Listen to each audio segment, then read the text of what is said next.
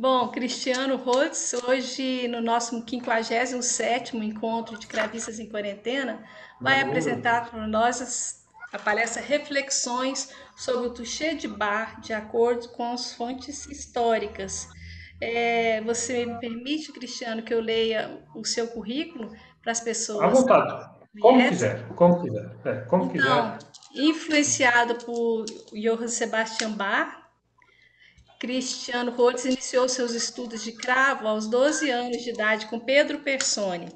Aos 15, a convite de Jacob, foi viver nos Países Baixos, com quem prosseguiu seus estudos musicais. Permaneceu ali durante 12 anos estudando com vários outros professores, entre os quais Anneke Wittenbosch e Menno van Delft. Desde muito novo, a sua maior influência foi Gustave Leonhardt, que o aceitou excepcionalmente como seu último aluno oficial. Igualmente marcante na sua formação foram os estudos privados com Pierre Rattaï, Marco Mecomboni e Clovis Panin. Este último viria a convidá-lo mais tarde para gravarem em conjunto o repertório para dois cravos de Carl Philipp Emanuel Bach. Em 1998 veio para Portugal a convite do Instituto Gregoriano de Lisboa, onde se mantém como professor das disciplinas de cravo, clavicórdio e música de câmara. Também durante os vários anos foi professor de música de câmara e acompanhador no Conservatório Nacional. Cristiano Rhodes atua sobretudo como solista, não somente em cravo, mas também em clavicórdio e ocasionalmente em órgãos históricos de numerosos países da Europa, Ásia, América do Sul e Estados Unidos da América, participando em vários festivais internacionais de prestígio. Frequentemente toca em conjunto com diversos amigos. Não vou me atrever a dizer o nome das pessoas, que eu tenho certeza que eu vou errar, mas Eu também, não se preocupe. Eu não falo húngaro, também não sei dizer húngaro, direito. Não se húngaro é preocupe. demais para mim. Enfim, vários Para mim amigos também. húngaros E e finlandês outros também. como Antônio Carrilho, Raquel Cravino, e assim eles Já é falam mais fácil. português. Frequentemente é convidado para dar masterclasses na universidades como Harvard, University of Boston, Liechtenstein University de Budapeste e SMAI do Porto. Os seus recitais e gravações têm vindo a ser aplaudidos pela imensa imprensa internacional e merecido várias distinções internacionais, tais como o Diapason d'Or da França de 2020, o Prêmio da Crítica Discográfica Alemã da Alemanha de 2006, o Prêmio Geijutsu, é isso? Do Japão Deve de... ser. Obrigada. Para lá de críticas favoráveis, como as cinco estrelas que recebeu da revista especializada em música antiga Goldberg, Inglaterra e Espanha, nas revistas Fanfare dos Estados Unidos e Clássica na França. Bom, Cristiano Rhodes considera Bach como referência central da sua carreira musical. E então é um prazer que você tenha aceito o nosso convite e muito obrigado por essa palestra que antecipadamente eu sei que será ótima. Obrigado.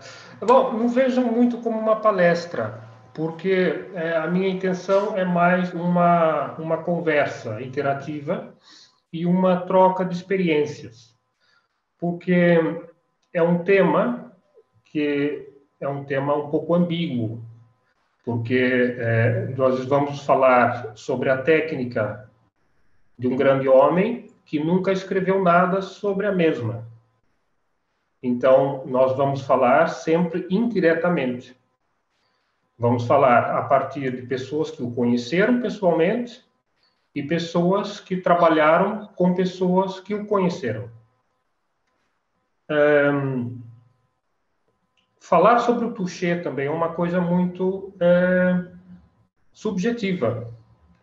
Como vários grandes músicos dizem, se tivermos duas pessoas com o mesmo nível técnico, que estudaram com o mesmo professor, tocando no mesmo instrumento, a mesma peça, com o mesmo tempo, com o mesmo afeto, vamos ter duas performances bastante diferentes, bastante únicas. Porque o touché tem a ver com a nossa biologia, o nosso corpo, que é sempre individual. Todavia, uma boa preparação técnica e uma descoberta de alguns elementos técnicos podem muito nos ajudar. E é isso que eu gostaria aqui de partilhar. Eu vou falar alguns nomes. Se esses nomes não forem conhecidos de vocês, não hesitem, perguntem. O primeiro biógrafo do Johann Sebastian Bach se chamava Johann Nikolaus Forkel. O Forkel escreveu a biografia do Bach junto ao seu filho, Carl Philipp Emanuel. Eles trocaram correspondências. Não chegaram a se conhecer pessoalmente, mas o Forkel chegou a conhecer pessoalmente Wilhelm Friedemann, com quem teve até posso dizer, uma aula ou duas a respeito de como Bach tocava, principalmente o órgão e o teclado. Teclado, nesse sentido, pode ser o clavicórdio ou o cravo, ou ambos, nessa época. E o Forkel diz assim, pergunta ao Carl Philipp Emanuel Bach como meu pai ensinava, como seu pai ensinava. E Philipp Emanuel responde assim, o meu pai passava de 6 meses a 1 ano com os alunos, fazendo puro exercícios técnicos, somente exercícios técnicos, para assim implantar nos mesmos a sua maneira peculiar de tocar, que, segundo Forkel, diferenciava de todos os seus contemporâneos. Era admirado por uns e invejado por outros.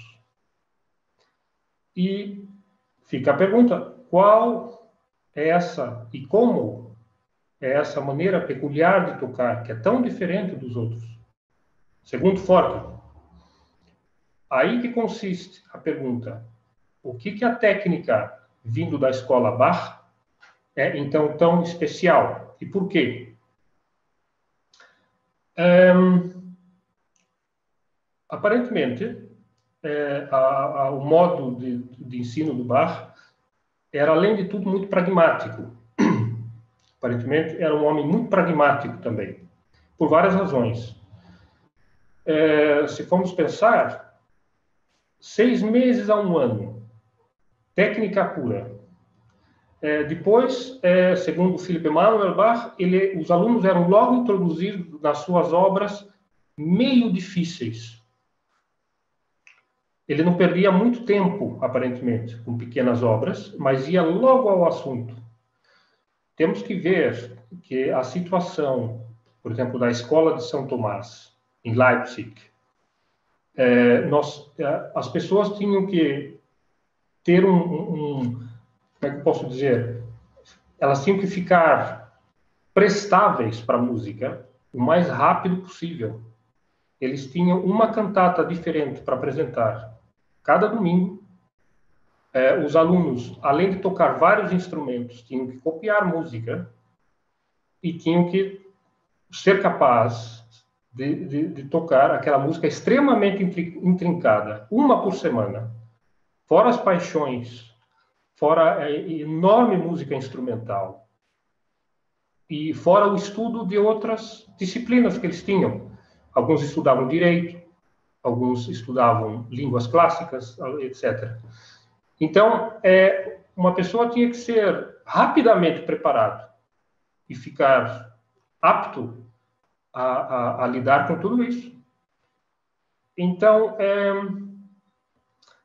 segundo um grande aluno do Johann Sebastian, que se chamava Nikolaus Gerbers, que nos deixa uma descrição da aula do Bach, embora ele não era iniciante, mas ele deixa uma descrição das aulas do Bach. Então, ele diz o seguinte, o meu mestre pôs na minha frente as suas invenções. Começou com elas. Possivelmente, primeiro a 2 vozes, depois a 3 vozes. Quando ele chegou à conclusão que eu já as tocava de modo aceitável, ele passou para as suas pequenas suítes. Suítes, possivelmente, conhecidas hoje em dia como suítes francesas. que são as suítes menores sem os prelúdios. Após isso, ele foi diretamente para o seu, em português conhecido, cravo bem temperado. A tradução exata seria teclado bem temperado. Das Wohltemperierte Klavier será teclado bem temperado. Então, a gente pode imagine que um aluno, depois de 6 meses de alguns estudos técnicos, já passarem para algum dos pequenos prelúdios ou das invenções, não é tarefa fácil, porque são todos já bastante intrincados.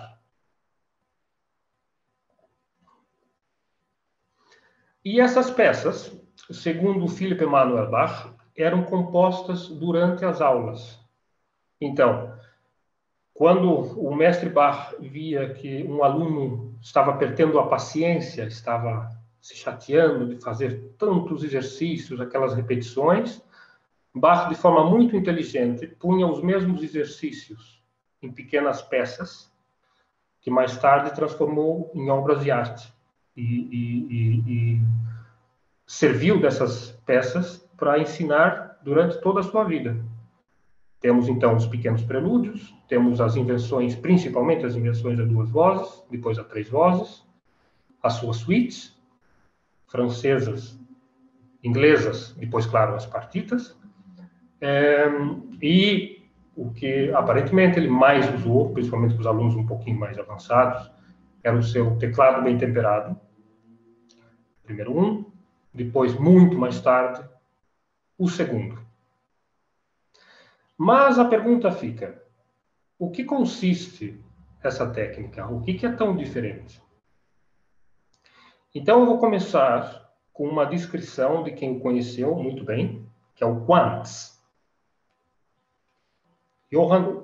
Joachim Quantz, que no seu famoso tratado de como tocar a flauta, ele, em 1752, que escreveu esse tratado, ele menciona Johann Sebastian Bach na sua parte. Se quiserem, eu posso dar a citação onde está, para vocês verem mais tarde também. Eu vou fazer isso.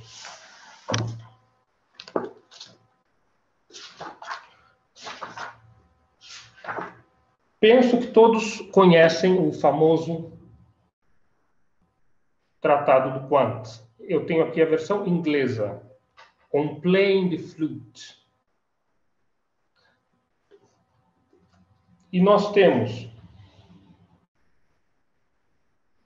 na página 259,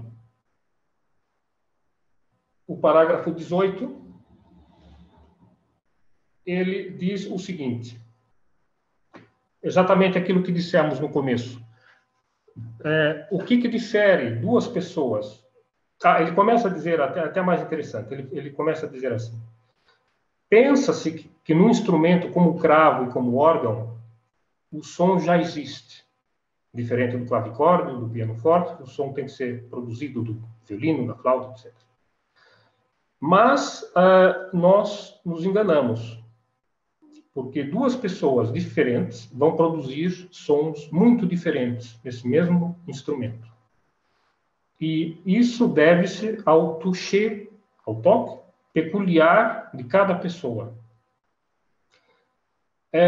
O maior de todos, ou um dos maiores de todos, músicos, tecladistas de todos os tempos, ensina-nos que não se deve tocar o teclado de forma demasiado suave, deve-se tocar o teclado com alguma energia, não se deve levantar os dedos e, ao invés de levantar os dedos, principalmente nas passagens rápidas, os mesmos têm que ter uma comunicação extremamente rápida e voltar para as palmas da mão.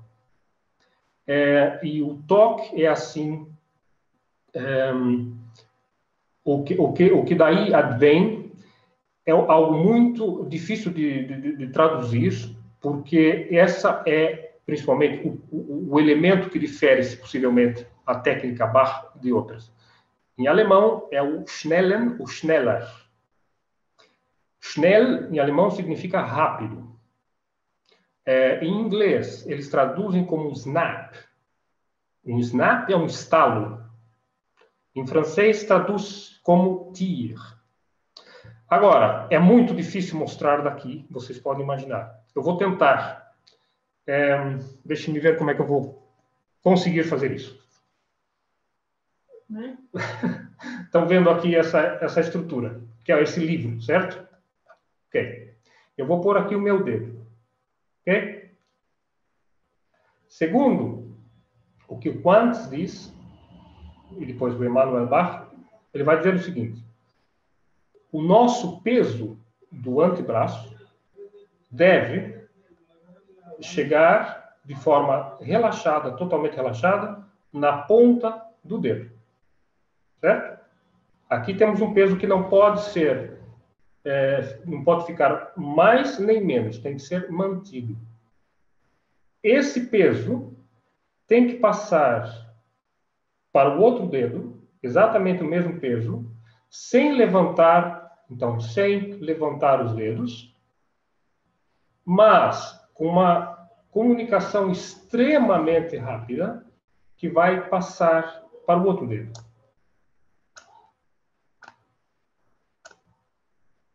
Deixa eu ver aqui, talvez.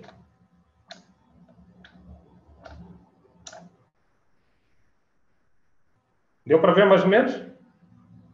Ter alguma ideia? Sem um instrumento, e aqui é mesmo muito difícil. Mas,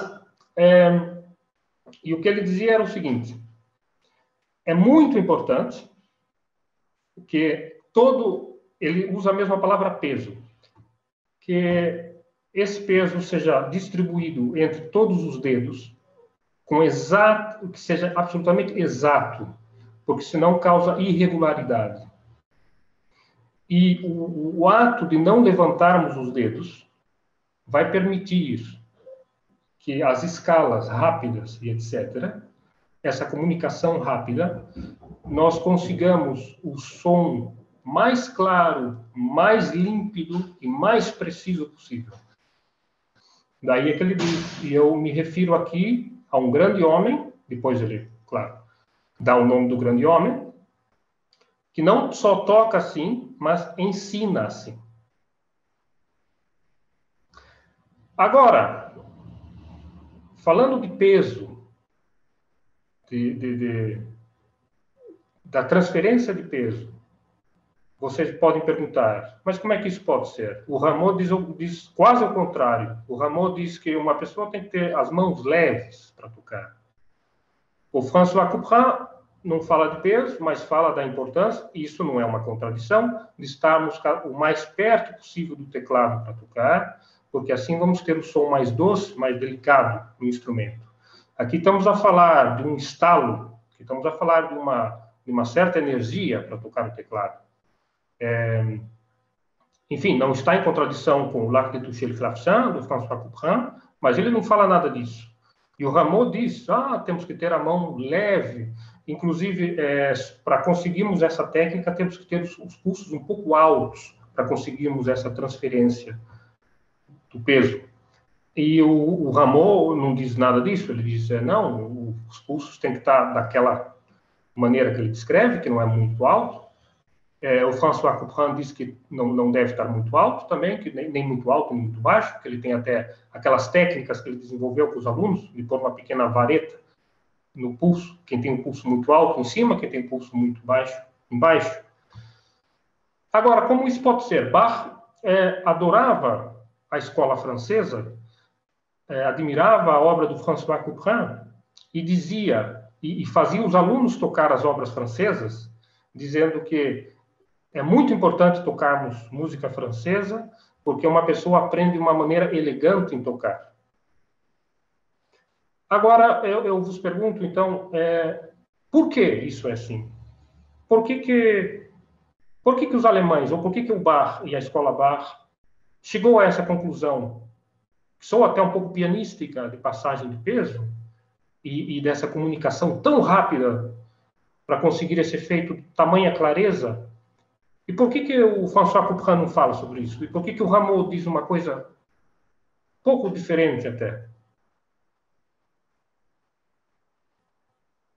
O Alejandro deve saber, mas estou curioso com... Deve saber porque nós trabalhamos juntos, mas eu estou curioso com vocês. O que É uma vocês pergunta, então, para acham? nós. Exatamente.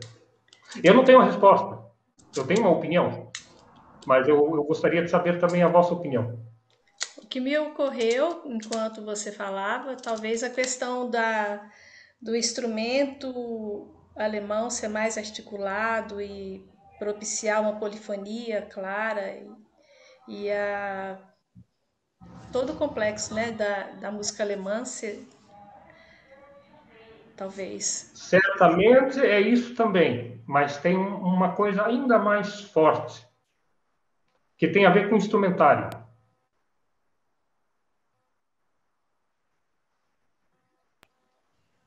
Então, é o tipo do instrumento?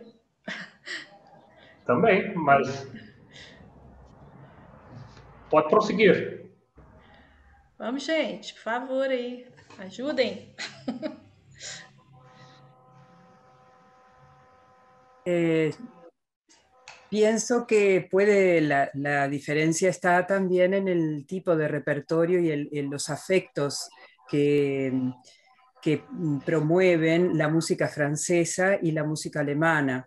Y eso también hace a la diferencia de técnica que se tenga que aplicar entre una y un compositor y otro, un tipo de música con más ornamentada, mucho más ornamentada, que lleva a que la mano tiene que ser mucho más liviana en tanta, ¿no? En las ornamentaciones, en los adornos, y la música alemana no tiene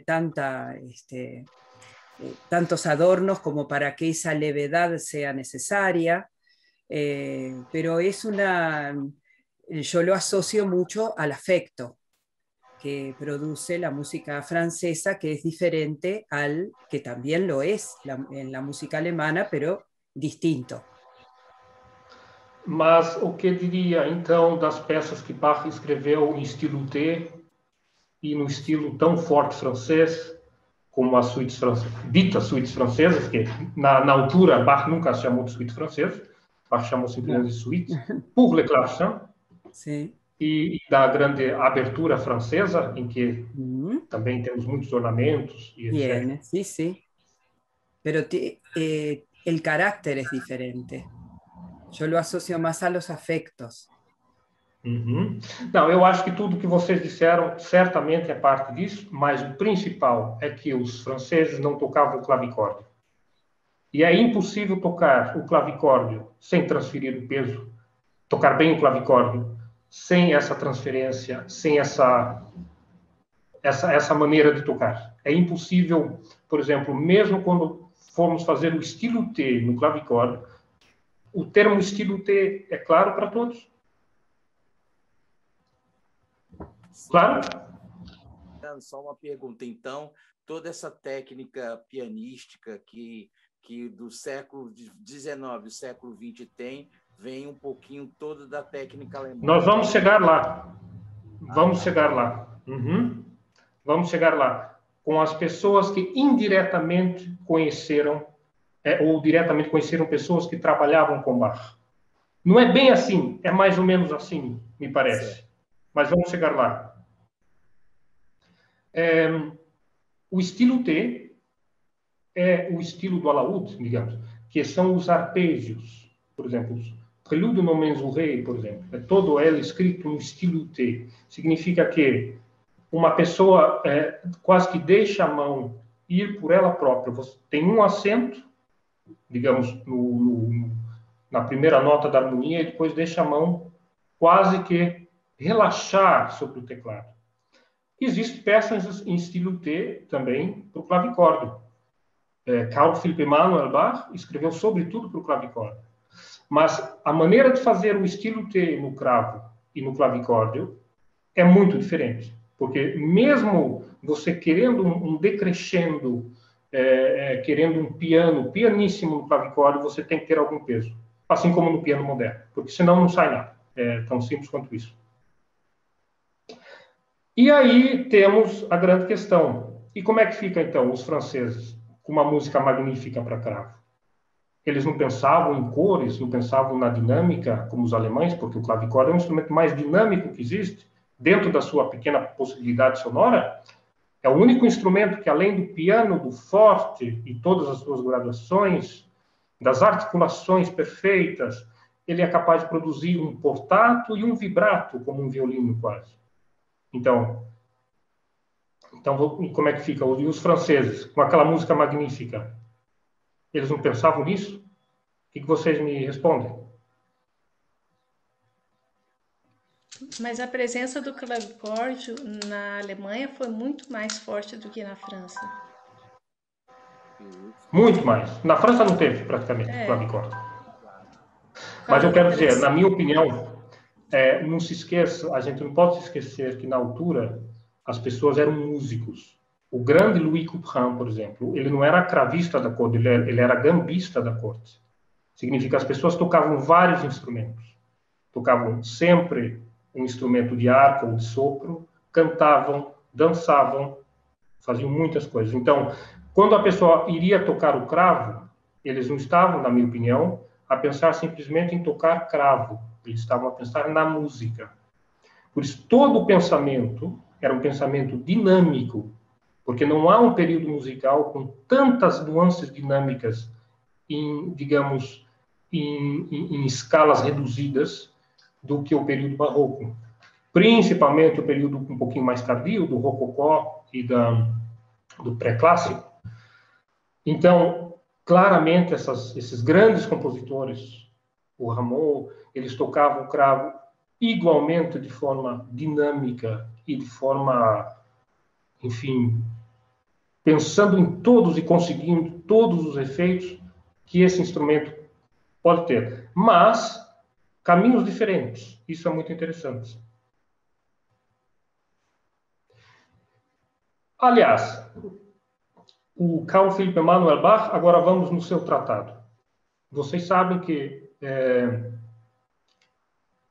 temos o grande L'Art de toucher le clavecin, do François Couperin, temos as escritas importantíssimas do mecanismo de tocar o cravo do Rameau, temos várias citações importantíssimas, mas temos o apogeu do Tratado do Instrumento de Teclado, que é o Tratado do Carl Philipp Emanuel Bach. Aqui eu tenho a edição facsímile da época, muito bela. Vocês conseguem ver. Com uma belíssima letra gótica, é menos difícil do que parece. O mais difícil aqui é o alemão arcaico, não é bem arcaico, da época, mas com um pouco de holandês, alemão moderno, uma pessoa chega lá. Carl Philipp Emanuel Bach começa por dizer: um músico tecladista, um claviriste, como ele chama, tem que ter um bom cravo e um bom clavicórdio para tocar de forma intercalada. E ele diz, e eu digo, é verdade, o bom clavicordista é sempre bom cravista, mas não vice-versa. Ou não sempre vice-versa. Isso dá-se pelo fato do clavicórdio ser um instrumento tão complexo de produzir o som, e que se uma pessoa consegue controlar as nuances, controlar o toucher no clavicórdio, uma pessoa quando chega no cravo ou no órgão, vai estar nas nuvens quase.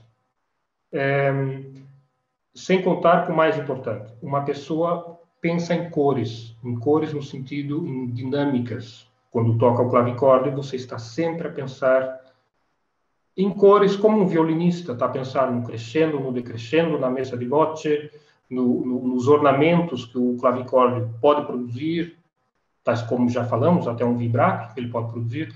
Então, quando uma pessoa senta no cravo, senta no clavicórdio, uma pessoa vai tentar produzir aquele efeito. Embora o cravo, o clavicórdio, o cravo e o órgão sejam instrumentos abstratos nesse sentido, faz uma grande diferença, e a nossa intenção faz uma grande, grande diferença. Então, realmente, para os alemães, certamente para a época do Carl Philipp Emanuel Bach, o clavicórdio era um instrumento favorito deles, certamente, mas de muitas pessoas, para uma performance musical doméstica, claro, que é um instrumento pequeno. Então, é muito, muito importante pensarmos nisso, que a diferença de tocar o clavicórdio antes de tocar o cravo, certamente, para esse estilo de música, faz toda a diferença. Vocês têm algo a dizer? Querem falar alguma coisa? Perguntar alguma coisa até agora?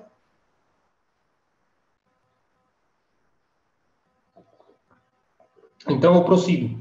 Sobre o Schneller, essa técnica que aparentemente difere toda a escola Bach das outras escolas.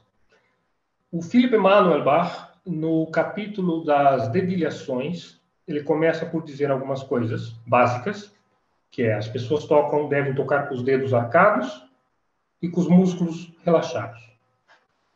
Isso, hoje em dia, em qualquer escola pianística, é evidente.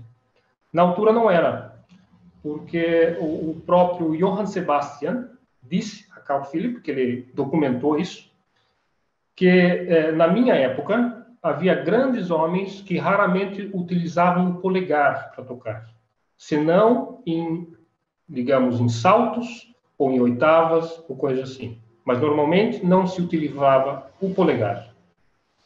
Por uma questão muito simples também. O clavicórdio na altura, e o órgão no meu caso, mas o clavicórdio na altura eram instrumentos ligados.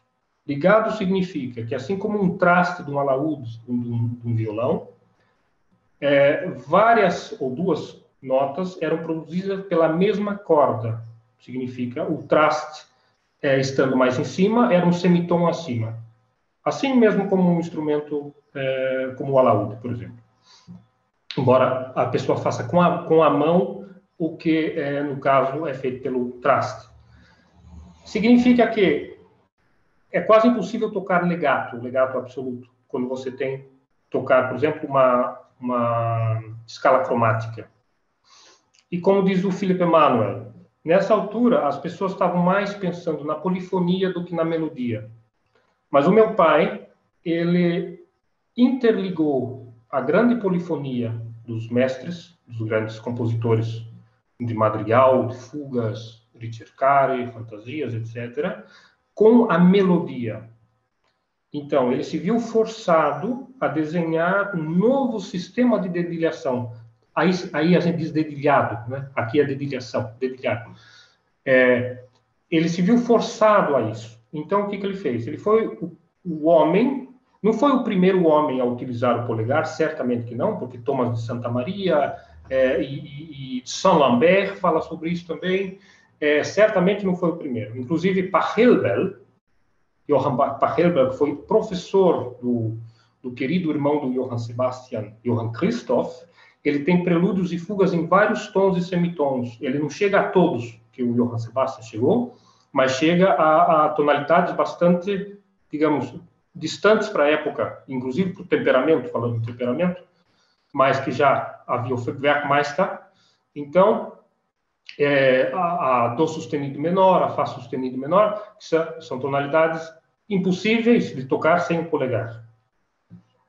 Mas então, o Johann Sebastian uniu a grande polifonia à melodia.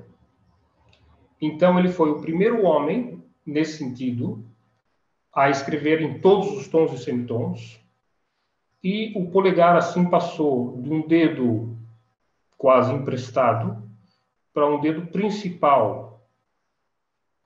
E isso fez uma enorme diferença, inclusive na posição das mãos, porque é impossível tocar com o polegar com as mãos assim, mas sem o polegar é possível.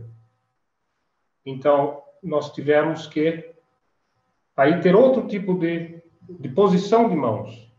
E essa posição de mãos, como diz o Philipp Emanuel Bach, facilita a execução de qualquer passagem, porque o polegar, além de ter passado para o seu dedo principal, ele presta um serviço de deixar os outros dedos relaxados e arcados à espera de entrarem. E o Philipp Emanuel Bach, depois dessa importante introdução, ele fala sobre todas as formas possíveis de dedilhar, as escalas, vários exemplos e etc. E muito interessante, assim como as duas únicas peças com a dedilhação do Johann Sebastian, que é o Applicatio e o Preambulum, ele não despreza o modo de dedilhar antigo, que é, por exemplo, não passando o polegar por baixo, mas passando os dedos mais longos por cima. Significa o dedo 3 passa pelo dedo em cima do dedo 4, o dedo 2 em cima do dedo 1. Por vezes até o dedo 3 por cima do dedo 2, mas isso é mais raro no caso dos Bachs. Frequente em Alessandro Scarlatti, por exemplo, e em outros compositores, de La Chaia, etc. Então, eles não desprezam o modo antigo de dedilhar, mas eles juntam com o modo moderno, que sempre tem a ver com a passagem do polegar por baixo dos outros dedos. Então, nós temos exemplos de dedilhação, de dedilhados do Carl Philipp Emanuel Bach, em que na mesma peça, no mesmo exercício, nós temos ambas as dedilhações. Claro que não nas tonalidades mais distantes. É impossível fazer esse tipo de dedilhação em Ré sustenido menor. Mas, em todas as outras, é possível. E depois de toda essa série de dedilhação, etc., ele tem esses exercícios todos, nós podemos imaginar que teriam sido exercícios utilizados pelo próprio Johann Sebastian, os tais exercícios. Quem sabe? Mesmo porque o Carl Philipp Emanuel Bach, na sua autobiografia, ele diz que em teclado e em composição, eu não tive nenhum outro professor senão o meu pai. E depois o Carl Philipp passa para as ornamentações. Um extenso capítulo sobre a arte das ornamentações. E, quando ele fala dos trilos, o trilo como ornamento, ele nos fala, pela primeira vez no livro, do tal Schnellen. Então, o que ele diz? Ele diz que os trilos, deixa eu ver se eu consigo mostrar alguma coisa de jeito aqui. Para tocar os trilos, os dedos têm que estar relaxados, não se deve levantar muitos dedos, começar lentamente a acelerar, como exercício. Acelerar, e antes de tocar a última nota do trilo, o dedo anterior se fosse em alemão, geschnellt. Significa que ele tem que passar a tal exercício, voltar para o dedo com a máxima rapidez. Dessa maneira. Então, pela primeira vez, nós temos o Philipp Emanuel Bach descrever essa técnica. Depois ele vai, além disso, um ornamento que chama isso, que é o Schnellen, que é um mordente ao contrário, que ele próprio diz, é um ornamento extremamente difícil de tocar, uma pessoa tem que exercitá-lo muito, porque os dedos têm que estar quase assim retos, tem que haver alguma tensão, e essa rapidez e essa precisão tem que ser absolutamente perfeito para ele dar certo. É um ornamento que existe muito na música do Philipp Emanuel Bach, mas também se vê em outras peças do mesmo período. E é um ornamento que, obviamente, se dá em composições rápidas, prestos, alegros, etc. E é um ornamento extremamente brilhante. Dá um grande brilhantismo. Mas é algo que tem que ser estudado com muita força para conseguir tocá-lo de forma uniforme. Então, aí temos pela segunda vez ele falar sobre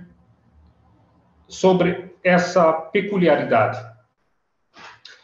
Depois dos ornamentos, temos a execução, der Vortrag.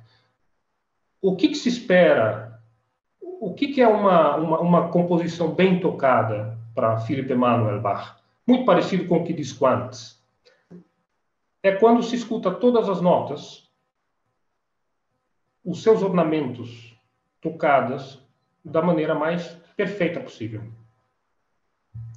Todas as notas com o seu valor exato, os ornamentos tocados de forma redonda, precisa.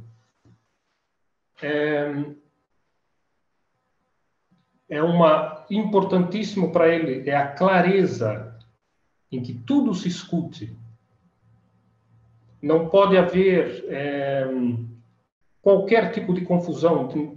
E ele diz, por exemplo, que há muitas pessoas que tocam os instrumentos de teclado de forma tão legata, tudo tão legato, que parece que as pessoas têm cola entre os dedos. Ele diz mesmo assim, parece que as pessoas têm cola nos dedos e tocam tudo legato, de tal forma que não se entende nada.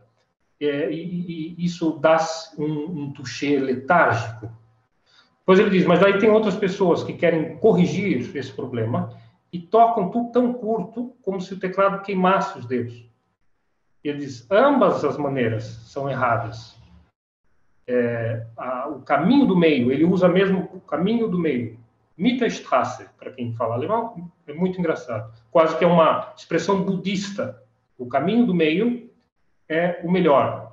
Mas ele diz, claro, que há muitas exceções, há obras que pedem um legato absoluto, há passagens que pedem um legato absoluto, há passagens como o Schneller, esse ornamento, que pede algo muito curto e muito brilhante, mas são ocasiões que vão estar anotadas na partitura e etc. Então, ele diz que é muitíssimo importante que a nossa execução seja mais perfeita possível e que façamos dela clara e expressiva. E ele diz que é muito importante ouvir bons cantores, ouvir bons ensembles, e sempre sentar nos instrumentos do teclado e pensar no canto. E aí é muito interessante, porque o pouco que o Johann Sebastian escreveu, ele, no prefácio das invenções, aqui eu tenho a edição facsímile, que é muito bonita. Aqui. Mais ou menos. E Bach escreve várias coisas, que uma pessoa, para quem esteja interessado em aprender um instrumento de teclado, tocar de uma forma clara, em 2 vozes, à medida que progredirem, tocar clara, em 3 vozes, e, sobretudo, adquirir, ele escreveu em latim, isso é muito interessante, adquirir um modo cantabile. Ele escreveu, não escreveu em italiano, cantabile, mas escreveu em latim. E, sobretudo, adquirir um modo cantabile de tocar os instrumentos. Então, para eles é muito importante essa questão.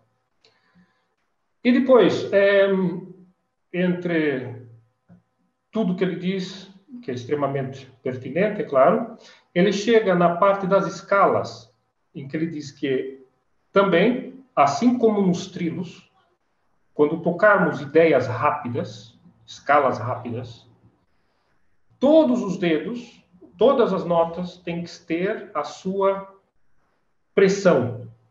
Ele não diz a palavra peso aqui, mas ele diz a palavra Druck, pressão. Todos têm que ter uma pressão exata, e a última nota, assim como nos trilos, como é que é mais fácil nesse caso em alemão, geschnellt. Antes de chegar na última nota, nós fazemos aquela passagem rápida. Né? Então, imagine uma escala muito rápida, em que todas as notas, todos os dedos, têm a sua pressão, para que não seja letárgico. Para eles é muito importante ouvir tudo absolutamente claro e preciso. É fundamental para eles. Então, e aquela última nota, tendo esse touché, nós temos um máximo de clareza da articulação e do acento naquela última nota. Então, vocês imaginem a cadência do concerto de Brandemburgo, ou a famosa fantasia cromática e fuga, com esse pensamento de absoluta precisão, e absoluta clareza, e limpidez, e nitidez. Para eles é muito, muito importante. Mas não estamos em contradição com o François Couperin, que diz que os ornamentos também têm que ser tocados todos de forma redonda, precisa, que temos que ter em mente a duração de cada nota, tocá-las da modo mais preciso possível. E ambos, Carl Philipp Emanuel Bach, François Couperin, dizem da importância de tocar de forma fácil, que nós temos que adquirir uma maneira de tocar que não seja difícil, que não pareça difícil, que seja absolutamente fácil.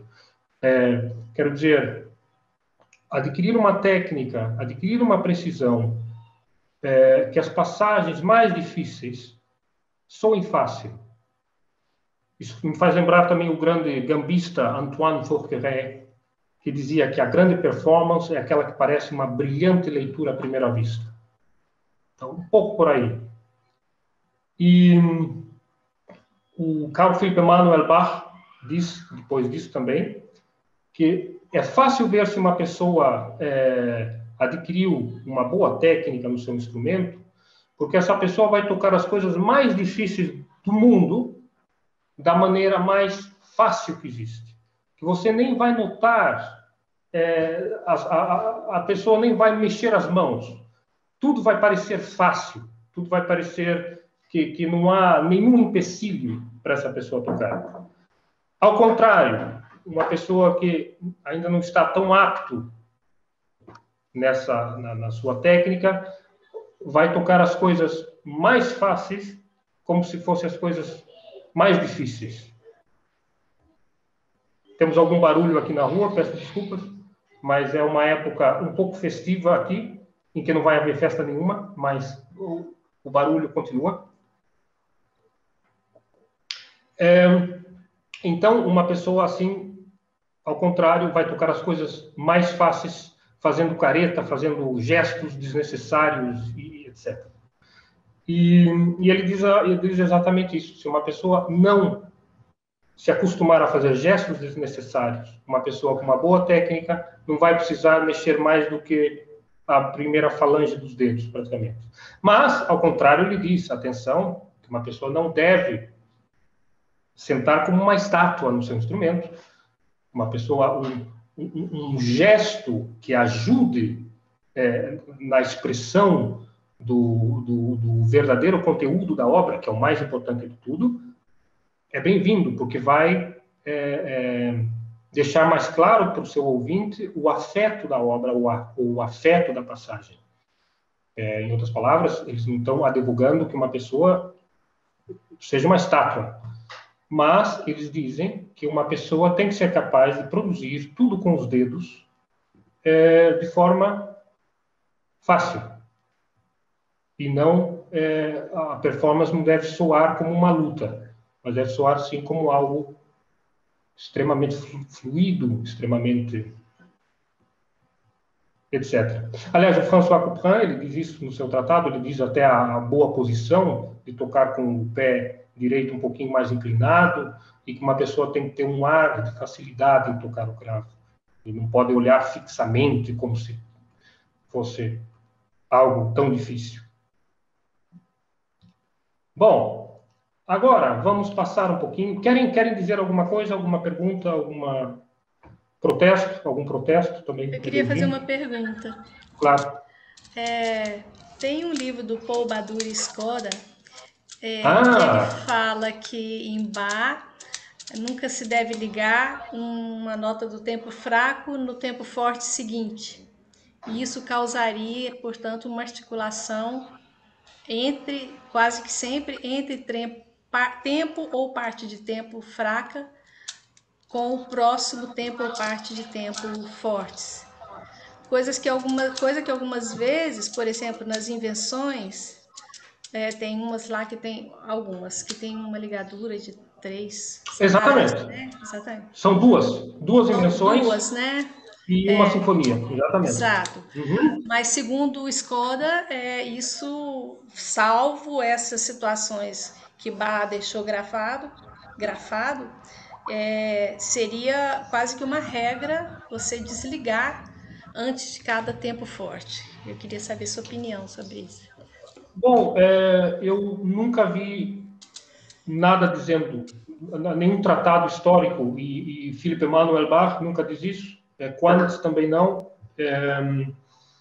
e todas as várias articulações escritas do Bach, as sonatas e partitas para violino solo, temos muitas articulações escritas.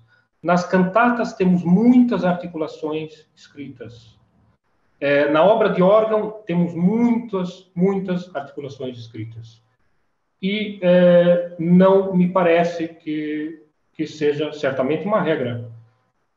Pode ser a opinião desse grande músico, claro, mas não me parece que, em termos estilísticos, seja algo pretendido. Não me parece. Há um livro muito interessante sobre articulações em Bach, de um grande organista e cravista inglês, que é o John Butt. On Articulations, ou Johann Sebastian Bach Articulations. E o que ele faz ali é muito interessante, porque ele vai buscar as peças, por exemplo, cantatas e obras de violino, e exemplos para instrumentos de teclado, onde não estejam escritas as articulações, mas o desenho é o mesmo. Então, podemos pressupor que num afeto X ou Y, poderíamos utilizar a tal articulação, que foi escrita pelo próprio Bach na sua cantata, ou na sua outra versão, ou na sua, às vezes, transcrição da própria obra. Então, existe muito interessante, um anônimo, se eu não me engano, um documento que diz assim: nós temos grandes organistas na Alemanha, contemporâneo do Bach, nós temos grandes organistas na Alemanha, mas nenhum deles toca de forma tão legato quanto o nosso grande Johann Sebastian. Existe um pouco desconhecido pequeno livro, vamos ver onde é que eu ponho, Johann Sebastian Bach, Leben und Werke, em Documenta. Isso vem da Alemanha comunista. Isso custou 3 euros para o meu amigo Miklos, que me enviou, porque é uma coisa que não existe. Eu não sei onde é que ele conseguiu, ele me enviou de prenda, um grande presente. E esse livro deu origem ao famoso The Bach Reader, ou The New Bach Reader, com o prefácio pelo Christoph Wolff. Mas eu não entendo por que nenhum nem outro tem todos os documentos que estão aqui. E há coisas aqui raríssimas e incríveis, que não se acham em lugar nenhum, e que descreve, inclusive, a parte técnica, em alguns aspectos, descreve encontros do Philipp Emanuel Bach com um cravista que veio da Rússia, interessantíssimo, que tocava a obra do Johann Sebastian. Tem a relação do Bach com o clavicórdio, num pequeno trecho, muito interessante. Eu não sei por que eles não copiaram, não traduziram tudo para o inglês no Bach Reader, mas é algo muito interessante.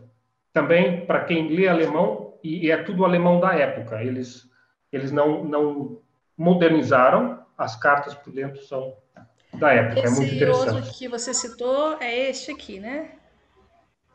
Deixe-me ver. Bach Interpretation, exatamente. E ele fala muito sobre articulação, entre outras coisas. Muito bom livro. Muito bom livro. Ele tem uma versão maravilhosa dos trios sonatas para órgão, que é uma versão mesmo maravilhosa. E você vê as articulações de forma claras, magnífica mesmo. Muito interessante. Obrigada. Mas são livros de livros, né? Nós estamos agora tentando escavando de forma arqueológica. Ô, Cristiano, E vamos agora, então... Sempre fonte primária é melhor, né? É verdade, é verdade. Eu acho que sim. Embora haja tantas lacunas, sim, mas isso não há nada a fazer.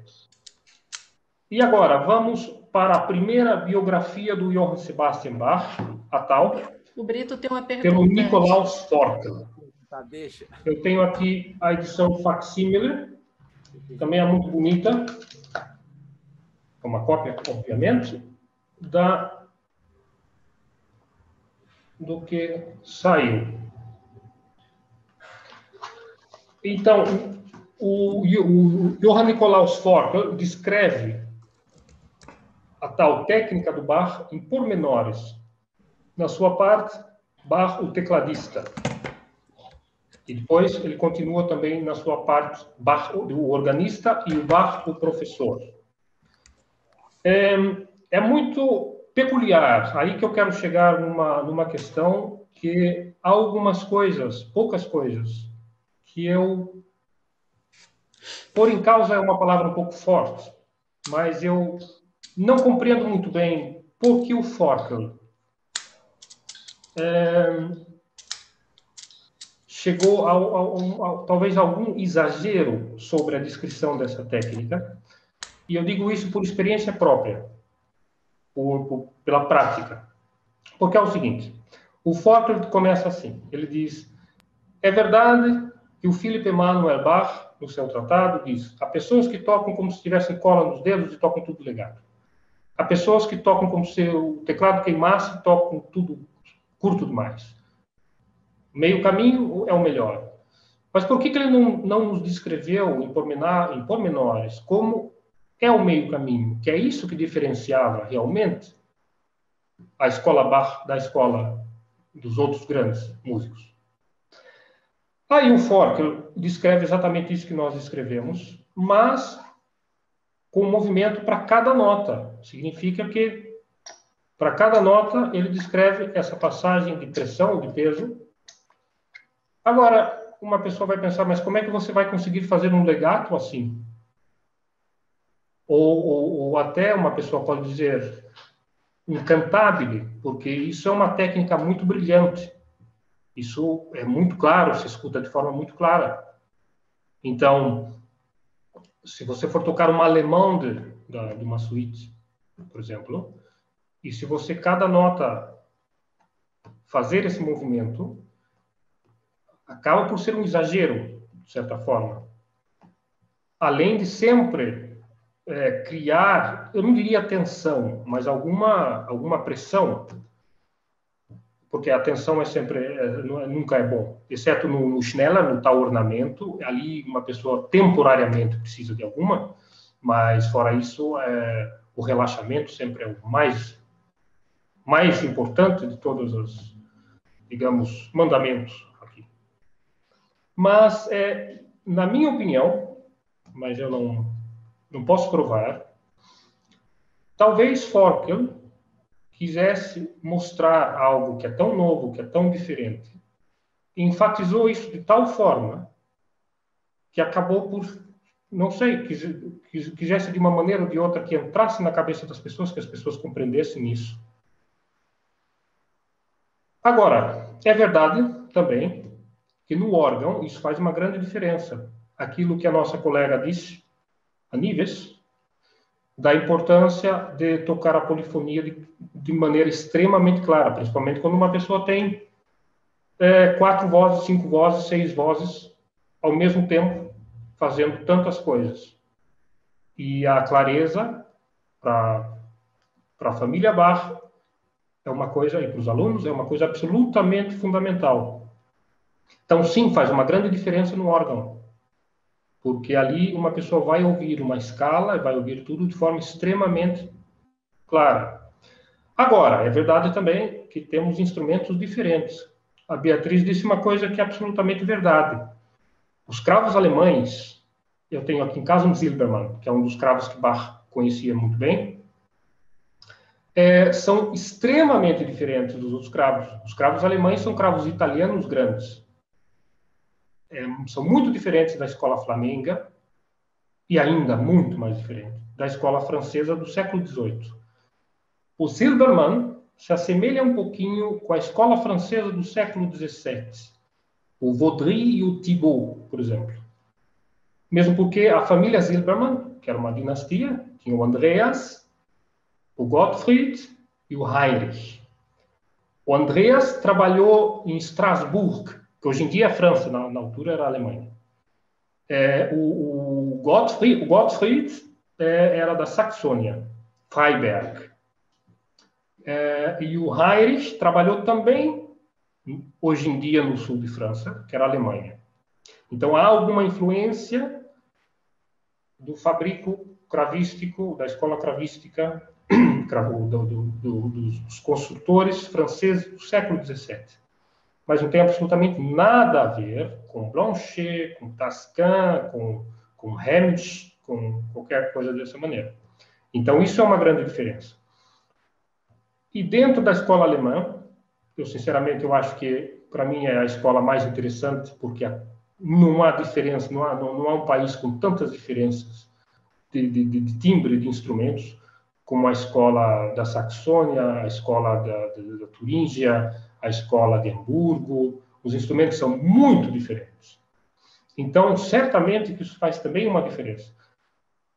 Eu falo um pouco num tom de brincadeira, mas toda brincadeira tem um fundo de verdade. Que para mim tocar Bach no cravo Tascam é quase como tocar Bach em piano. É muito diferente. Está muito, muito distante.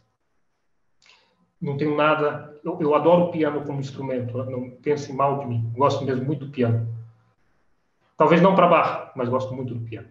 E adoro o cravo Tascam, mas para Forqueray, e sobretudo, ainda mais, para Dufly, para Balbâtre, perfeito. Aí, claro que eu nunca iria usar o meu Silbermann para isso, claro. Aí Posso fazer uma seria pergunta? o contrário. Posso fazer uma Como? pergunta? Posso fazer Claro. uma pergunta? E as Claro. peças afrancesadas de Bach, você tocaria no Tascam? Não, assim, se eu não tivesse escolha, e claro, a gente não pode esquecer de uma coisa. Se uma pessoa tiver um Tascam maravilhoso e um alemão que não esteja tão bonito, talvez eu escolha o Tascam, né? Eu estou brincando um pouquinho, estou sendo exagerado.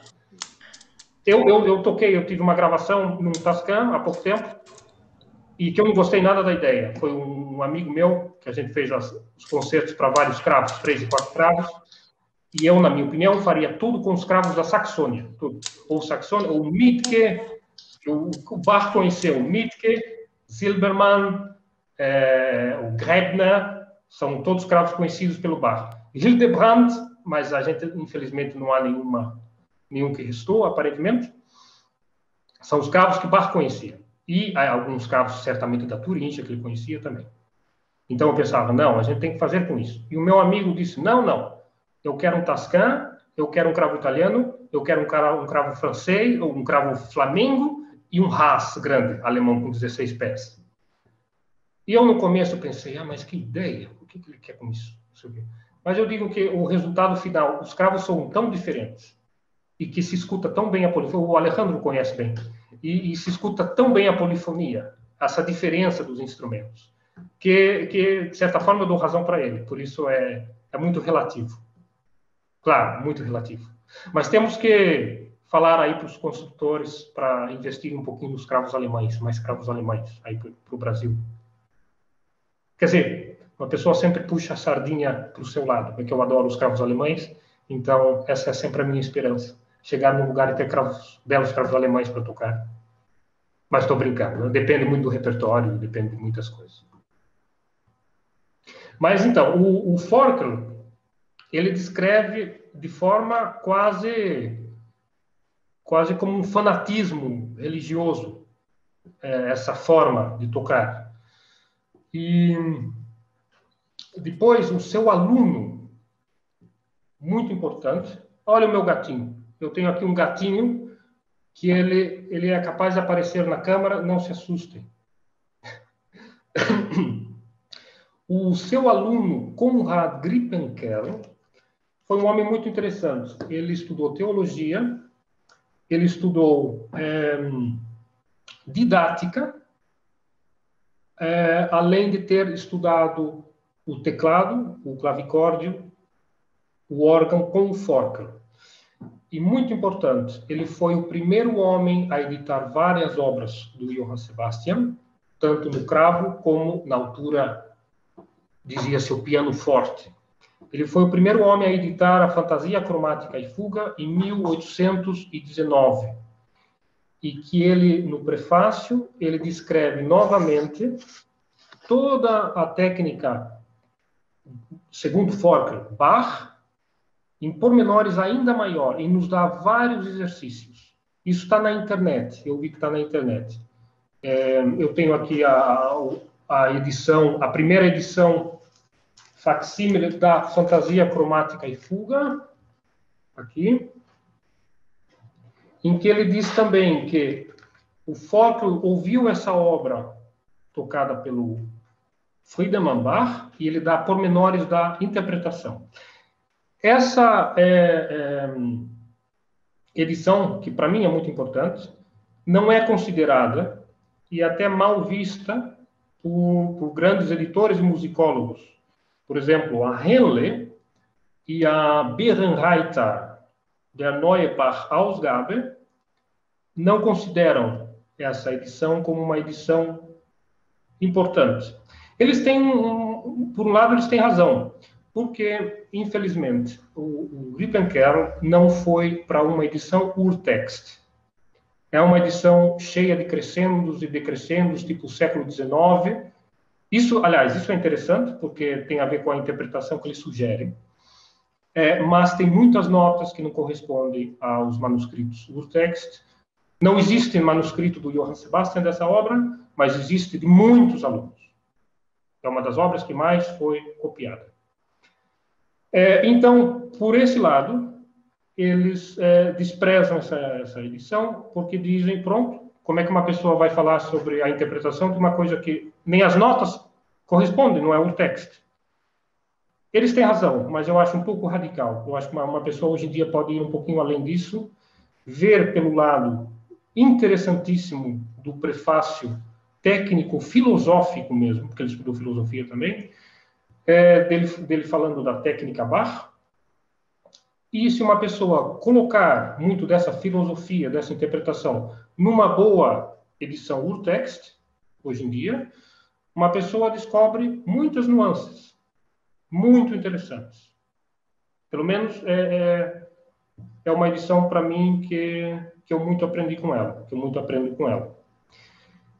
E tem, filosoficamente falando, uma pessoa pode pensar, vocês podem dizer, mas isso é muito tardio, 1819, a escola pianística estava na sua força.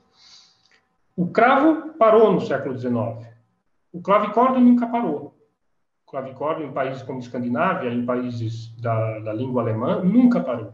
Sempre foi um instrumento doméstico, querido e acessível, né? Também, porque um cravo era um instrumento, e é um instrumento muito caro, assim como um bom piano forte. Então, as pessoas normalmente tinham um clavicórdio em casa, nesses países, né? Inclusive Portugal. Portugal foi um país que o clavicórdio teve muita força no século XVII e XVIII. Há muitos instrumentos amadores, feitos por monges. Quem já foi ao Museu da Música de Lisboa, tem uma parte que não está aberta ao público. Eu não sei quantos clavicórdios terá ali, talvez centenas de clavicórdios ali. Então pronto. Estamos a falar do Grippenkerl. Então, ele diz uma coisa. Então, vocês podem dizer, mas isso é muito tardio, isso é século XIX. Isso, as pessoas não estavam interessadas no urtext. Nem Beethoven. Beethoven tocava os prelúdios e fugas de Bach quando tinha 12, 13 anos de idade no piano, com a sua própria maneira de tocar, crescendos, decrescendos, e fazia, certamente, criava um grande efeito. Aliás, a edição do Cravo Bem Temperado pelo seu aluno, Czerny, que depois deu aula para o Liszt, ele tem uma edição muito interessante, que é um pouco como Beethoven terá tocado essas obras. Também tem o seu interesse fortíssimo. Então,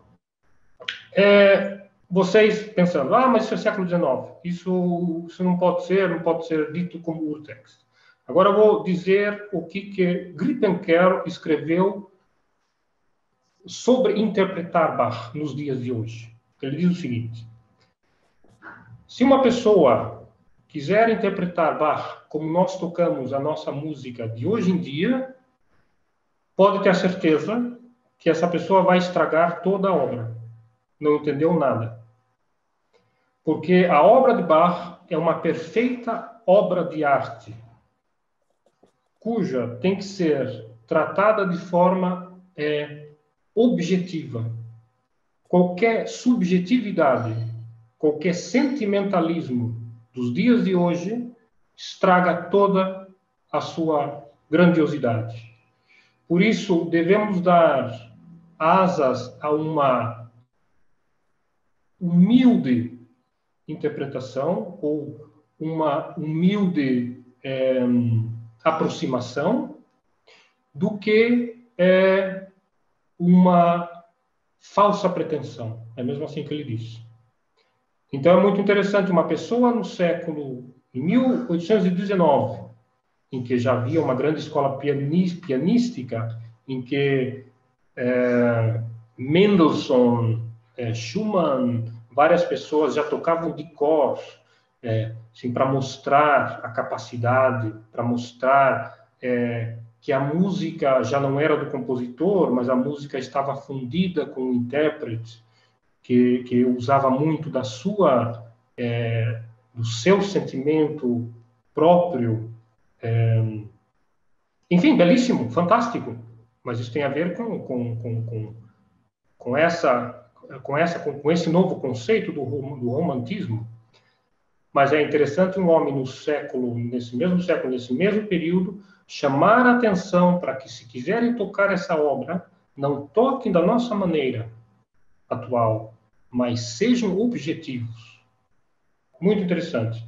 Inclusive, Chopin, que tem um método de piano fantástico, que infelizmente ele não terminou, mas é um método fantástico, que se chama Chopin par sans élève, e que Chopin, todos os dias, todas as aulas, e ele dizia que tocar Bach, principalmente o teclado bem temperado, é o pão nosso de cada dia. Ele só dava para os alunos obras de compositores clássicos. Era principalmente Bach, Mozart, Scarlatti, ele gostava muito do Scarlatti, e depois, claro, Field, os noturnos de Field, muita técnica pura. E eu citei Chopin porque tem uma semelhança engraçada com a forma pragmática dos Bachs, vamos dizer assim. Ele dizia que há um mecanismo técnico para tocar um instrumento que tem que ser tratado de forma pragmática. E que, assim que uma pessoa compreende esse mecanismo, uma pessoa pode logo voar para outras, digamos, dimensões.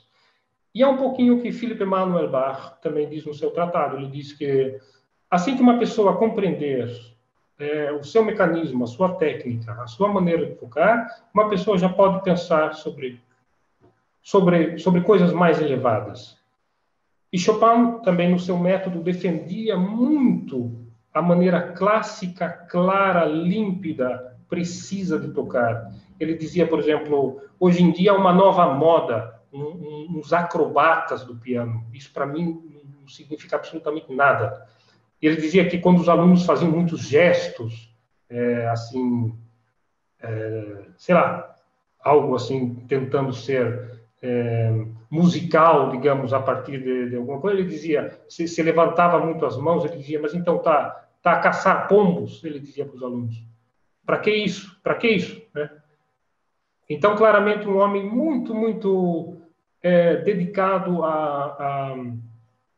digamos, a maneira clássica de tocar, a maneira em que a música está em primeiro lugar, não é quem toca. Também visto de uma forma objetiva, de uma forma que o conteúdo da música está sempre em primeiro lugar.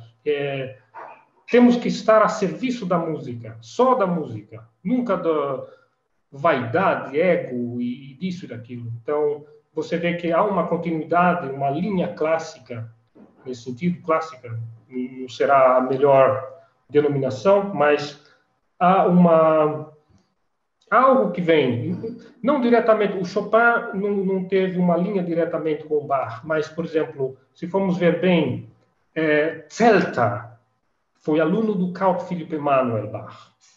Zelter foi o homem que Mendelssohn consultou para saber como tocar os recitativos da Matthäus Passion, que ele apresentou 100 anos depois. Bach apresentou em 1728 em Leipzig e Schumann 100 anos depois apresentou, mas ele não tinha ideia de como tocar os recitativos e quis tocar no cravo. Então pediu o cravo emprestado. Quer dizer, eu acho que ele tocou no piano, mas ele foi à casa do Zelter e pediu para o Zelter, no seu cravo, tocar os recitativos para ele entender. Então daí já vem digamos, a escola do Count Philipp Emanuel Bach, pelo menos de forma indireta, chegando a Mendelssohn, o Beethoven, que estudou com Nefe, que era um grande admirador e dedicou as suas sonatas ao Count Philipp Emanuel Bach, quem ele bem conhecia.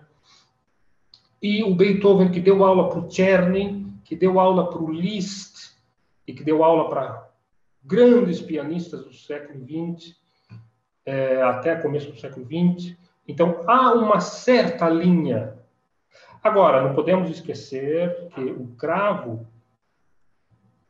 um dos instrumentos, na minha opinião, favoritos do grande Bach, foi deixado de lado no século XIX.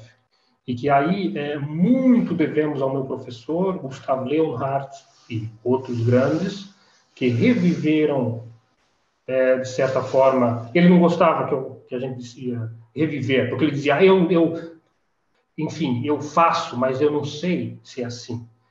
Ele sempre foi muito humilde em nunca dizer que o que ele fazia era a maneira correta. Ele sempre dizia nas aulas, assim é como eu faço, assim é como eu vejo. Por isso, por isso, por isso e por isso.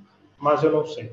Pode estar tudo errado. Ele já me disse algumas vezes isso. Mas graças a esse grande homem e outros grandes homens que reviveram a grande escola francesa de tocar o cravo e etc., o cravo reviveu. Agora, outra coisa que eu não concordo muito com o Forkel, e que é o seguinte: o Forkel, na sua biografia, ele diz que o instrumento favorito do Johann Sebastian Bach era o clavicórdio. O meu professor, Gustav Leonhardt, também faz a mesma pergunta que eu faço. Quer dizer, ele fez primeiro, eu faço depois. No inventário do Johann Sebastian Bach, no seu testamento, tem muitos cravos. Ele começa o testamento dizendo assim: um grand clavecin, um grande cravo, um grand furniertes clavecin. Furniertes é com madeira embutida. Esse grand clavecin eu gostaria que ficasse com a família. Claramente um instrumento de estimação. Depois tem mais 3 ou 4 cravos. Depois cravos menores, espinetas, 2 cravos alaúdes, que ele próprio inventou. O Bach inventou esse instrumento, que é das Lautenweg, que é um cravo com cordas de tripa. Depois, vários outros instrumentos, violinos, violas da gamba, etc, etc. Não consta nenhum clavicórdio, não consta nenhum piano forte. A relação que Bach teve com o piano forte não foi muito positiva. Isso está documentado. Na época em que já se tocava o piano forte, existe desde 1730 mais ou menos, o Gottfried Silbermann começou a construir os pianos fortes na Alemanha. E chamou Bach, como sempre, quando ele tinha um instrumento novo, chamava Bach para testar o instrumento. Bach não se mostrou muito favorável. Gottfried Silbermann não era uma pessoa que gostava muito de críticas, aparentemente, e ficaram sem falar durante um ano. Daí ele, mais uma vez, chamou Bach para ver um instrumento, e Bach, aparentemente, deu o seu... disse que o instrumento era funcional, mas que mostrou interesse, não me parece. Mesmo porque nunca escreveu nada que dizia que poderia ser tocado também por piano forte, nem nunca teve um piano forte, ou pelo menos não tinha o seu piano forte quando faleceu. Quando já se tocava o clavicorde muito como instrumento principal do Sturm und Drang, do Empfindsamkeit, do estilo sensível, que era o instrumento principal, o clavicorde, porque tem essas nuances todas. Bach, pela primeira vez, escreveu um nome cravo nas suas edições. Clavecimbal. Na época, era um dos nomes em alemão que se usava, clavicimbal, que é quase holandês atual, é muito engraçado por isso. Hoje em dia se diz cembalo em alemão. Mas ele, na sua Klavierübung, exercício para teclados 2, que é o concerto italiano e a ouverture, no estilo francês, escreveu para um cravo com 2 manuais. Assim foi com as suas famosas variações, conhecidas como variações Goldberg. Significa que na época que o piano forte já estava em vogue, que o clavicorde era o instrumento principal das pequenas salas na Alemanha, Bach estava ocupado com o cravo. Agora, é verdade que o seu aluno, isso não está no Bach Reader, mas está nesse livrinho, o seu aluno agrícola, ele descreve um contato com Bach com clavicorde. É o único que eu achei até hoje, que ele fala assim: o meu mestre gostava de tocar as suas peças sem acompanhamento para violinos no clavicorde. E ele enchia as harmonias, possivelmente o contraponto, tanto quanto ele achasse necessário. Então, existe essa relação do Bach com o clavicorde. Agora, Gustav Leonhardt dizia, possivelmente, na opinião dele, claro, ninguém sabe, teria Forkel estado muito influenciado por Carl Philipp Emanuel Bach, que no caso dele é verdade. No caso dele, o clavicorde é o instrumento favorito. Ele diz no seu tratado, não há um cravo, não há um piano forte que possa ser superior às nuances que o clavicorde pode oferecer, mesmo esse sendo um instrumento tão suave. Então, quem sabe?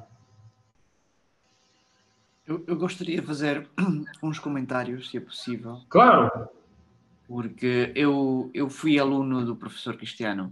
Aliás, já tive várias aulas ao longo destes anos que eu estou aqui em Portugal e, portanto, muito do que ele está aqui a dizer é-me muito próximo, porque tive a sorte de eu ter mesmo no instrumento e o experienciar no instrumento. E queria fazer um comentário primeiro que acho interessante nesta história, esta genealogia que o professor Cristiano tem vindo a falar sobre a técnica de Bach, como no século XIX ainda há algumas coisas. Eu lembro-me de ter lido que Czerny deixou em algum texto que, quando foi por primeira vez ter com o Beethoven para a primeira aula, ele achou que tinha muito jeito e que com certeza podia aceitar. E o primeiro que pediu é que ele comprasse uma edição do Tratado de Carl Philipp Emanuel Bach. Sempre. Com esse tratado ia começar as suas aulas. Portanto, o próprio Beethoven referia o Tratado de Carl Philipp Emanuel como uma base, segundo a testemunha de Czerny. Exatamente. Por aí uma pessoa pode ver então o que o professor tem estado a dizer de haver reminiscências ao longo do século XIX, depois que Czerny é fundamental na técnica pianística. Aliás, tem qualquer quantidade de estudos que são fundamentais para o piano. Por isso eu acredito que efetivamente é uma relação muito estreita entre uma técnica e outra. E outra questão que eu gostaria de falar é como o som, já falando outra vez de como esta técnica, quando aplicada, E é pena estarmos nesta dinâmica, porque se estivéssemos num instrumento poderíamos ouvir muitas coisas que eu já consegui ouvir com o professor, e mesmo tocar e ver uma diferença, porque eu estudei piano e quando cheguei a ter as aulas com o professor, obviamente a minha técnica era muito pianística. E tem sido uma descoberta porque no piano, pelo menos da minha experiência, não há tanta atenção ao próprio dedo quanto com o cravo e com o clavicórdio também. Portanto, ter uma noção e uma consciência dos dedos e do que significa, por exemplo, a janela e este tipo de nuances que num piano, numa técnica pianística, não se discutem, como no caso de técnica de cravo, tem sido muito interessante, mesmo depois, para voltar ao piano e tocar no piano. Há coisas que agora eu consigo ter consciência e fazer de outra maneira, graças Interessante. a isso. É muito interessante. Então, e porque o Beethoven estudou com Neefe, e Neefe foi talvez o maior admirador do Carl Philipp Emanuel Bach. Então, claramente que Neefe utilizou o tratado do Philipp Emanuel com Beethoven. Aliás, no século XX, eu não sei se temos aqui vários pianistas que devem conhecer um livro que eu tanto adoro, que é The Art of Playing the Piano, do Heinrich Neuhaus. Heinrich Neuhaus foi um grande mestre na pedagogia pianística e que foi professor do Sviatoslav Richter, do Gilles, enfim. Voilà. Exatamente. Voilà, isso mesmo. Nesse livro, o Heinrich Neuhaus, ele diz o seguinte: o meu livro, eu não concordo com ele, porque eu acho que é um livro genial em termos técnicos também, mas ele diz: o meu livro é um livro mais filosófico. Quem quiser aprender a técnica de tocar tem que ler o Carl Philipp Emanuel Bach. Imagine, em 1940, mais ou menos, que ele escreveu esse livro, não sei muito bem, já não me lembro. Mas, inclusive, imagine até claramente uma pessoa que estava dedicada a esse tratado do Philipp Emanuel Bach. Aliás, o que ele descreve na sua técnica no livro, eu tenho vários amigos inclusive amigos russos, que vêm da técnica russa do piano. É muito importante, por exemplo, o Philipp Emanuel Bach, no clavicórdio, no cravo, mesma coisa com os grandes mestres franceses, falam para jamais bater no instrumento, jamais tocar no instrumento com força, mas com o peso, com pressão, com energia, sim. Mas se uma pessoa quiser exprimir afetos violentos, que seja pela harmonia, que seja por uma, digamos, uma harmonia violenta de sétimas e nonas e dissonâncias, etc., e através de um estado do ser, digamos, através de um afeto, digamos, espiritual, mental, do que propriamente uma pessoa atacar o seu instrumento de forma violenta. E isso a gente vê na escola russa de piano também, grandes pianistas que produzem o mais belo fortíssimo, mas sempre com belo som. Isso é fundamental. Para mim, o belo som no instrumento é sempre fundamental. Seja o mais forte, mais violento que seja, eu acho que nunca uma pessoa deve ouvir o som da madeira do instrumento ou algo assim. Por isso, eu acho que o primeiro prelúdio do François Couperin, do L'Art de toucher le clavecin, é a obra mais perfeita que existe para tocar o cravo, que você está colado nas teclas e sente o beliscar, como se uma pessoa tivesse a tocar nas cordas do cravo. Isso, para mim, é mesmo uma das obras-primas mesmo.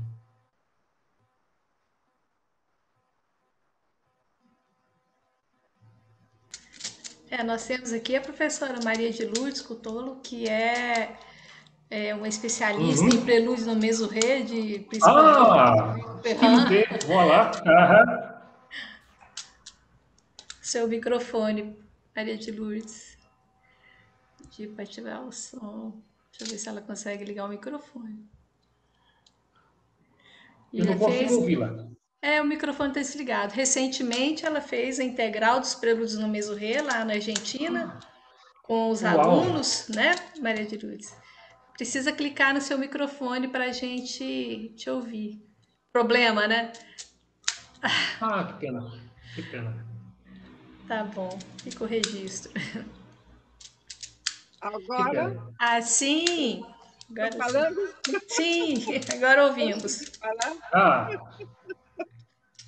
Não, não, eu não toquei a integral, eu dei um curso sobre os prelúdios no Exato. Mesurré. Sim. Quando se podia, né? Quando se podia, faz 1 ano e meio que aqui está tudo fechado. esperamos que passe logo. Aqui em Buenos Aires, há 1 ano e meio que fechou tudo completamente. É uma lástima. Esperamos que passe logo. Sim. Não, eu gostei muito do que você falou sobre o Schneller, porque eu fui buscar o meu livro do Carl Philipp para olhar, porque eu não me lembrava exatamente o que era o Schneller. Faz muitos anos que eu estudei na Alemanha e depois eu me dediquei muito mais para a música francesa, então o Carl Philipp o livro fica ali, mas quando a gente precisa, corre nele. Exatamente. É verdade. Quando a gente precisa, a gente vai olhar, porque ele ensina tudo. Você tem razão. É impressionante, é? Excelente, excelente. Gostei muito de te ouvir. Obrigado. E o Philipp Emanuel Bach é muito interessante também. Ele fala no seu prefácio o seguinte: eu não sei por que hoje em dia essa discriminação com a música francesa. Os compositores franceses sempre escreveram o que quiseram de forma clara e exata, e além de saber como manejar o instrumento, conhecer profundamente o legato do instrumento.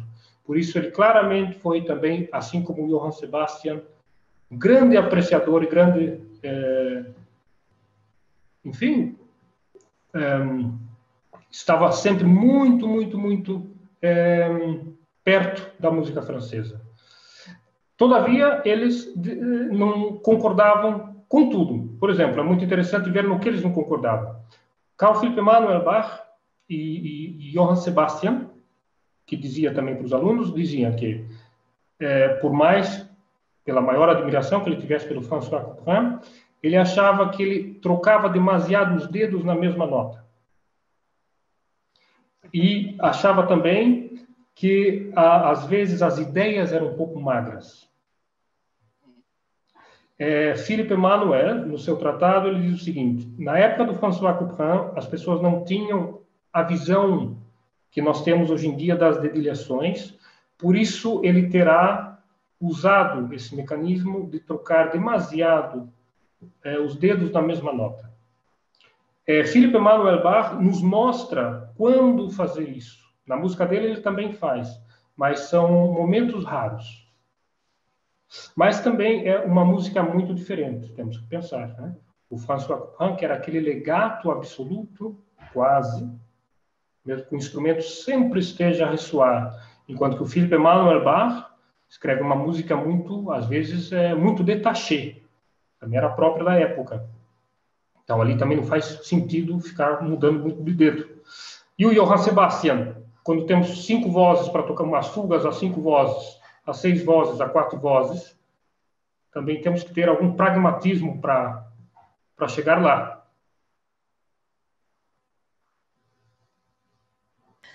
E esse tipo de dedilhado, então, levaria a um toque com mais articulação, propício à polifonia? Certamente que sim, certamente que sim, certamente que sim. Porque há uma grande diferença, por exemplo, o Prelúdio no Mesurré, a beleza do Prelúdio no Mesurré, para mim, é quase como uma pintura abstrata, em que você mistura as cores de tal maneira que você não sabe muito bem onde começa uma coisa, onde termina outra, e é aquele legato, como se fosse um grande, o cravo soa como um teórbo grande, que é uma maravilha, mas não tem nada a ver com a obra, por exemplo, uma fuga, alguma coisa assim, em que ali, na minha opinião, tem que ser mais falado do que tocado, quase. Mesmo tem que se entender as sílabas, entender tudo, entender as palavras, entender, de certa forma, enfim, é muito diferente. É uma coisa que é outra linguagem. Não se pode comparar. É outra linguagem, é muito diferente. É outra linguagem, exatamente. Exatamente. Mas quando o Forkel perguntou qual foi a formação do seu pai, ele disse: quando meu pai era jovem, ele estudou a obra de muitos compositores, inclusive grandes mestres da escola francesa. Olha o meu gatinho. Temos que falar sobre o Tomás de Santa Maria. Ele disse que temos que tocar como se fosse as garras de um gato. Então, aí é outra história. Sabe que a primeira vez que eu vi aquele tratado, eu fiquei muito tempo observando meu gato. Falava, mas como que pode? Sim, exatamente. Mas faz sentido, porque eu tenho uma aluna, uma ex-aluna, agora é profissional, que ela se dedica, inclusive, aos teclados da Idade Média e do Renascimento. As teclas são tão curtas que você não tem outra hipótese. E alguns órgãos renascentistas também, que você não tem outra hipótese senão tocar mesmo como tentar imitar um gato, como ele disse, porque é uma questão mesmo física do instrumento. Uma questão de espaço. Tem uma razão mesmo, de ser. Exatamente. Tem a sua razão de ser.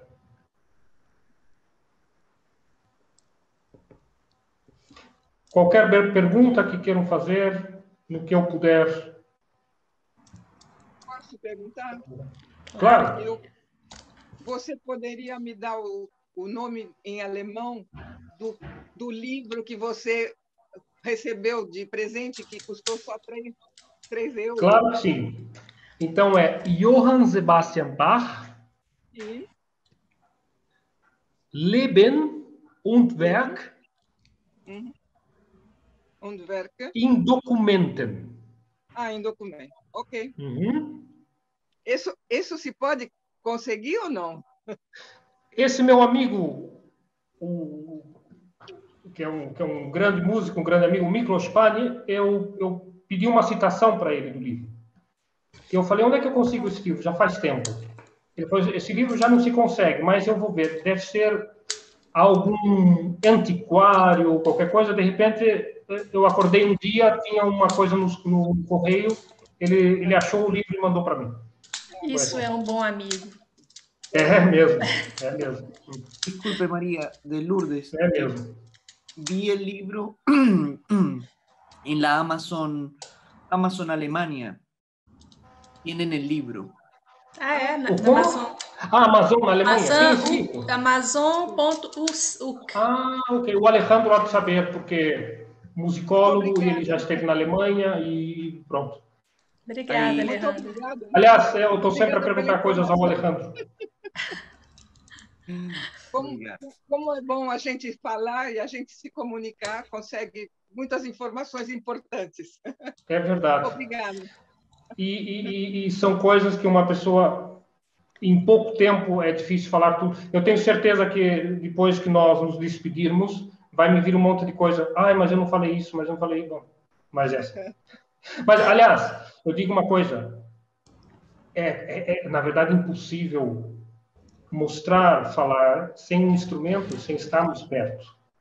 Eu sempre que me convidam para masterclasses em outros lugares, eu sempre peço um cravo e um clavicorde juntos, se possível, porque faz uma grande diferença. Assim, sim, uma pessoa pode comparar, pode tocar os dois instrumentos intercaladamente, como o Carl Philipp Emanuel sugere. Faz uma grande diferença. É verdade. O clavicorde é uma excelente experiência e... enfim, a primeira vez que eu troquei um clavicorde, não saiu o som, porque eu fiquei com medo de cravo, né? Aí é normal. Vou comprar um clavicorde, vou aprender como que é isso. Tem um clavicorde que eu adoro trocar de madrugada, mas é uma outra vivência, né? Muito interessante. Eu comprei um clavicorde aqui em Buenos Aires, feito por Luteria de Buenos Aires. Bom. Sim. Que bom que isso já está assim. Ótimo. Eu noto uma coisa engraçada. Às vezes, em masterclasses, que vem pianistas e que tem cravos e clavicórdia, uma pessoa com boa técnica pianística chega mais rápido no clavicórdio do que um cravista, do que um bom cravista. Sim. É engraçado. Acredito. Porque está habituado com o peso, a transferência de peso, etc. É engraçado.